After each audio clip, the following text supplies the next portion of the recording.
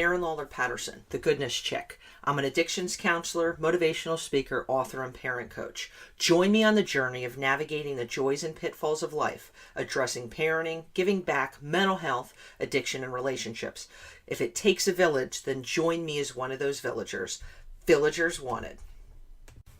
A number of years ago, someone had said to me, show me the 5 closest people in your inner circle, and I will tell you the direction you're heading in life. It is a reflection of your character and who you are. And I thought about that at first. I kind of thought, well, that's not true. But the reality is the people that we choose to associate with, we're calling this the power of our peeps, who we allow to be in our inner circle really absolutely is a reflection of the type of people we become, our attitude. And this absolutely correlates with our kids. We hear a whole lot of times in terms of peer pressure, things that kids are kind of pressured to do. And I do believe, as cliche as it sounds, it's a real thing. So whoever we choose to allow in our inner circle is really important that it be something that we're selective about. And this is something that we need to relate to our kids. And it seems really lame, but it's so powerful and it's so true. Because I believe with everything that's within me, whoever you would choose to associate with has a bearing on the quality of your life. And this that is to a elementary school kid, a middle school kid, or somebody who has their AARP card. It doesn't matter, because whoever we entrust with our heart, whoever we choose to seek wisdom from, whoever we invest our time in, it has a bearing on how we look at life. It has a bearing on our decisions. It has a bearing on our attitude. And I believe that iron sharpens iron. So if we associate with people who push us to be better, who call us out on our crap, encourage us when the chips are down, these are what I would define as positive people, positive peeps. But know that dull will weaken sharp more often than vice versa. And you might be like, what are you talking about? That people that are I'm going to say emotionally dull, who are not positive influences, they're dull. And there's like young people that have said to me time and time again, Lawler, this person might not be making great decisions. They might be negative, but I'm going to influence them. I'm going to lift them up. And I say, good on you. But in reality, the chips are kind of stacked against you. So if our kids are associating with people that are negative, that are maybe not making great decisions, who are impulsive in a way that can really kind of have some super negative implications, it's at some point, it's going to bring you or your kids' peers, your kids down. That's just the way it goes.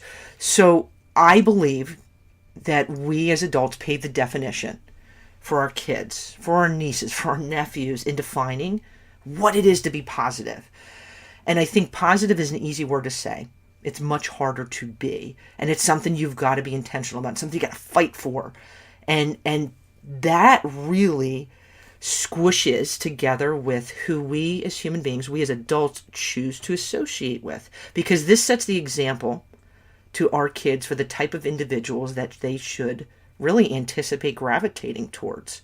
And a lot of times we don't think that we have as much of an influence as we really do. And when I tell you who you choose to jam with, who you choose to seek wisdom from, our kids are watching. So it's looking for, what does it mean to be a real friend?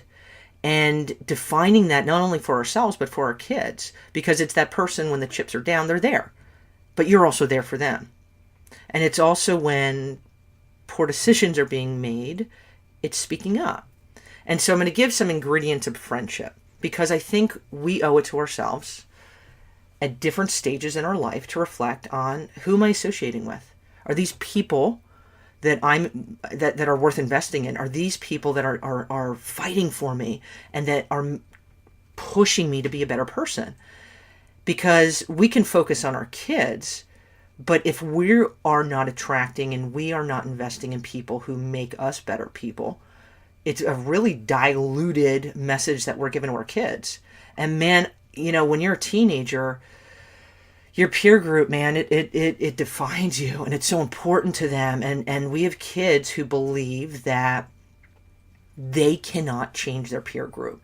It's too late for me. I'm a junior in high school. I'm stuck. You're never stuck.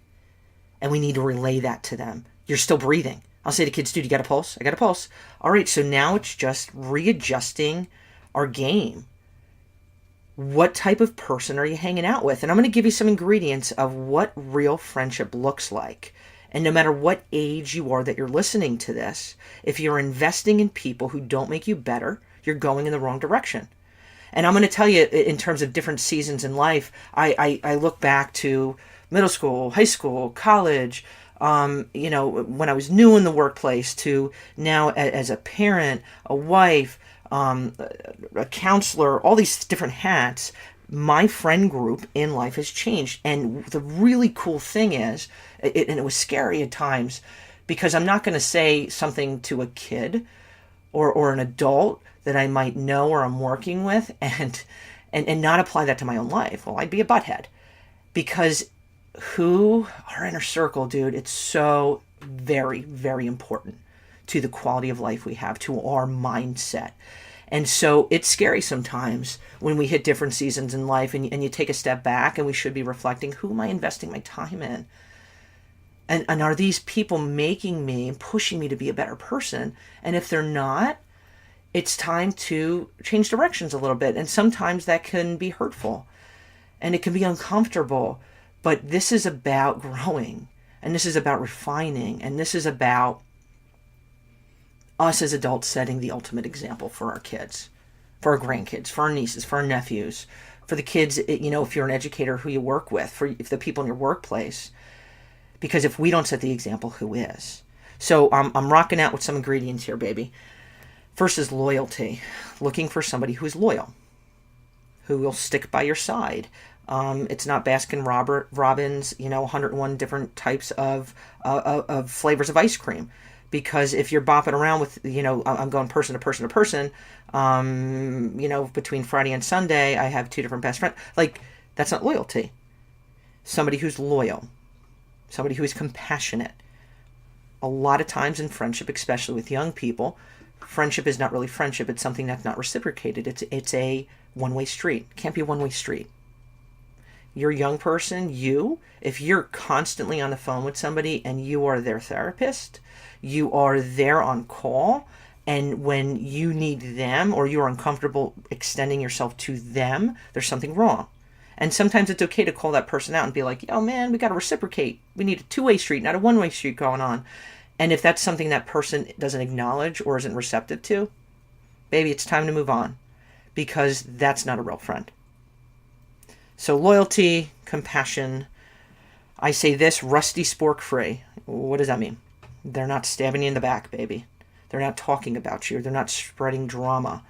I have had young people say, this person posted this about me, on their Instagram story, or I heard this came about. And whether you're in high school or you're an adult, people can be rough sometimes. They can talk about you. And I'm a believer in, before cutting ties, I'm going to talk to you, because it might be inaccurate. And encouraging your young person, if this is something you're hearing, talk to the person. Not by text, not in their 1.7 minutes they have to get to a next class, but listen, can we chat? Because if this is something that's accurate and they are spreading this, that's somebody who is cancerous. And to me, if you have somebody who's talking about you, boom, they're cut, they're out. And this might seem extreme, but we need to encourage our young people. We need to encourage ourselves that we are worth and valuable enough that to invest ourselves in somebody who is going to talk about us, who doesn't have our back, who we turn around and they're putting a rusty spork in our back. Dude, not worth it. Next one, they have your best interest in mind. Now, hear me out with this. That not only will they stick up for you in situations, they will call you out if you're in what I call a no-BN zone. You're not in a good place. And I think this is one of the most important ingredients when it comes to friendship. And too often, we're kind of in a time of comparing by numbers. Whether it's Facebook, whether it's Instagram, social media has influenced a lot of people. I'm going to say from almost like 35 on down. How many friends do you have on Facebook? I have 2,832. Falsehoods. You don't. You don't. On Instagram, I have all these people that follow me. They're not your friends, all of them. And it's defining for ourselves, for our kids, what is friendship? Well, it's those previous ingredients, but it's also somebody that if you're not in a good place, you're making some bad decisions, they're going to talk to you. And if you're not receptive to those decisions, they might reach out to somebody else who can help you. And I say this to young people all the time. Be a real friend. Have a spine. Speak up. I was in a class a few days ago and talking about, they were asking, if I'm at a party and somebody has been drinking, and it's, what do you do? Well, you're a friend. And if you're a friend, you're speaking up. You're taking the keys. You're either having them spend the night, or you're finding them a designated driver. To me, allowing somebody to put themselves and others in harm's way and not speak up, you're a butthead. You're not a friend. And there's something wrong with that. And it's finding ways that, all right, dude, this is not the easiest, and it might go against the grain, and this person might not be happy with me, but I'm going to speak up. If they're in a toxic relationship, if they are, substance involved, where you're like, your gut's telling you, man, they're not in a good place. They're making poor decisions, and that can come from many different angles. Emotional, in relationships, in their job, in their personal life. It's speaking up. And they might not agree with you, but that's okay, because that's where being a friend comes into play. And it's uncomfortable sometimes. Friendship is not always convenient. Friendship is not always comfortable. It's speaking up, and that goes far. So we have loyalty, we have compassion, we have being rusty spork free and keeping their best interest in mind. And the last one, last but not least, is lifting up and not tearing down. And there's nothing wrong with sarcasm, but there's a fine line sometimes. And I am very much not super serious person, but when it comes to, there's just enough negatives in life and crap. And I'm going to tell you, my closest peeps, you're not tearing me down. And I've had that in life where I'm like, I'll talk to somebody, dude, I'm not digging how you're talking to me. And it's readjusting the sails. And sometimes they step up to the plate, and if they don't, you're not my real friend. So if it's, from how somebody dresses to their intelligence to something that they do, and it's easy, and I try to be real conscientious of what comes out of my mouth. It's easy to bust on people. And it's not about being serious all the time, but we get enough of our beating down in daily stuff that those in our inner circle, in your kid's inner circle, it's telling your kid, dude, you're worth being encouraged. You're worth being loved. You're worth those people that you're investing in. If they don't value you and they make you kind of feel deflated and crappy, then it's time to reevaluate things a little bit. And that's for us as adults too. You need to have high expectations in terms of who are you investing in, because it's a process, and there should be expectations, and there should be standards, because if there's not, that's where we falter and we get weakened, because if those around us in our inner circle don't value us, we have a hard time valuing ourselves and feeling like, expected to get, beaten down, expected to be stripped down.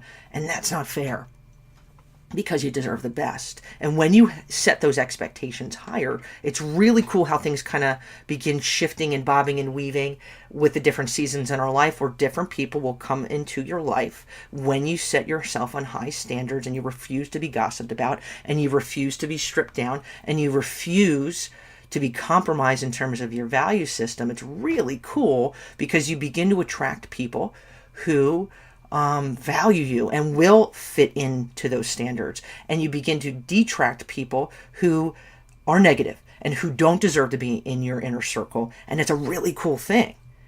And sometimes, it's reminding ourselves, it's reminding our kids that if our circle changes, it's not the end of the world, because friendships are going to shift. There's different seasons in life. It's like the ocean. It's like an ebb and flow, baby. And that's okay. And we need to remind our kids that. It's not a one-shot reminder. Remind them, because friendship, when you're in middle school and high school, dude, it can be the world. And there's kids who compromise themselves. I'm going to stick with these people because it's scary to go outside of that circle. You don't have to be scared. And it's going to be okay. And let's have a list. What are our expectations? What do you want out of a friend? And this is what you deserve. And stay the course. Encourage them, and love them. Because sometimes it can be, God, kids can be brutal. Adults can be brutal. And when we allow ourselves to be subjected and sometimes beaten down by people, it's hard. It's really hard, and you doubt yourself. Let them know and remind them you're worth fighting for. Remind them you deserve the best people in your inner circle. And encourage them and reach out to them. And it's so super cool when they begin to believe it. Never compromise. Set your standards high and know you're worth it. The power of our peer group, dude, is so super important no matter what age you're at. And I hope you'll take time to write that down, to reflect on it, talk with your kids about it, because you're worth fighting for. So I hope you dug this. If you have not jumped on my Facebook Goodness Chick page, dude, jump on. What are you waiting for? I encourage you to also check me out on Goodness Chick Podcast. You know, you're rolling in the car, you're in the gym, you're wherever you're at, you're in the kitchen making dinner. Put that sucker on. You know, we're less than 20 minutes or less. And there's so much knowledge to take in. I hope you have a great week. Peace, love, and friendship, my friends. If you enjoyed today's show, I encourage you to subscribe to Goodness Chicks Podcast and pass it along to your friends. I hope you enjoyed today's episode and have a great day.